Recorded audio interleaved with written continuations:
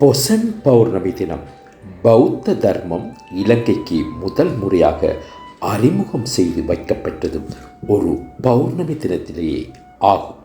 இந்த நிகழ்வானது ஆனி மாத பௌர்ணமி தினத்திலேயே நிகழ்ந்துள்ளது. அதனால் இப்பௌர்ணமி தினத்தையே பொசன் பௌர்ணமி போயா தினமாக பௌத்த மதத்தினர் கொண்டாடுகின்றனர். இத்தினத்தில் இலங்கையின் பல பகுதிகளிலும் முக்கிய பௌத்த வழிபாட்டு தலங்களிலும் விசேட நிகழ்வுகள் ஒழுங்கு செய்யப்பட்டுள்ளன. விகாரைகளில் பல்வேறு தான நிகழ்வுகள் கூட ஏற்பாடு செய்யப்பட்டிருக்கும். இந்தியாவில் அசோக சக்கரவர்த்தியின் மகனான மஹிந்த தேரர் இலங்கைக்கு வருகை தந்து பௌத்த போதனைகளை வழங்கிய முதல் நாளாக இந்த நாள் கருதப்படுகின்றது.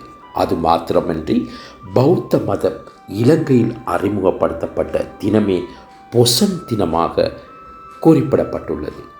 மஹிந்த தேரர் முதலில் இலங்கை தீவில் காலடி பதித்து பௌத்த மத சிந்தனையை அறிமுகப்படுத்தியதும் இந்த தினத்திலேயே.